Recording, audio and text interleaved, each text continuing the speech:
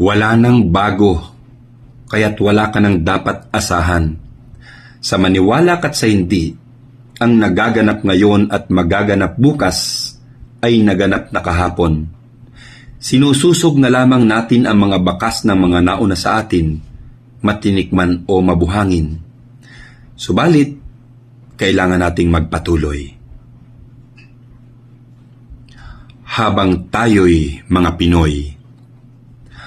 Anong bago mayroon ba? Pagbilhan nga ninyo ako. Bigyan naman ninyo ako. Baka na lang merong bago. Bagong amoy, bagong lasa, bagong tutat, bagong aso na ang kahol sa pandinig ay masarap sa tainga mo. Dumating man ang panahong hinihintay nating lahat. Kung tayo ay dati pa rin, walang bagong sasambulat.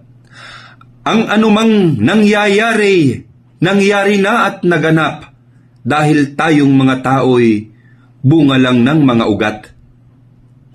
Nangyari na, tandaan mong makalawa. Ang bukas na magaganap, naganap na kahapon pa. Kaya ako'y tanga ngayon dahil ako'y dating tanga. Kung gusto mong mayroong bago, subukan mong magbago ka. Sa sarili magmumula, sa sarili magbubuhat, pagbabagong ninanais, pagbabagong hinahangad. Kung ang iyong karangalan at boto mo'y laging bayad, ay wala kang karapatan na ang puso'y lumagablab. Kung gusto mo ay magbago, nakaupong mga tao, ang magbago unang-unay, ako't saka ikaw mismo. Di mo ngayon makikita kung sino ang politiko na bukas ay kalaban na o di kaya'y kakampi mo.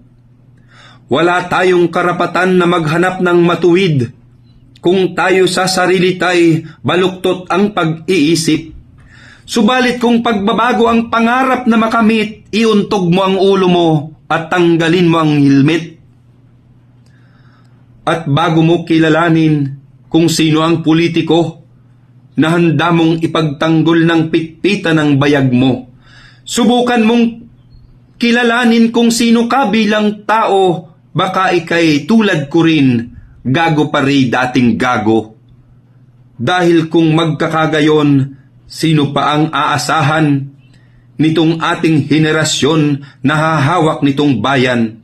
Kung tayo ay patuloy rin, kung tayo ay patuloy lang sa patuloy na sigalot at patuloy na alitan.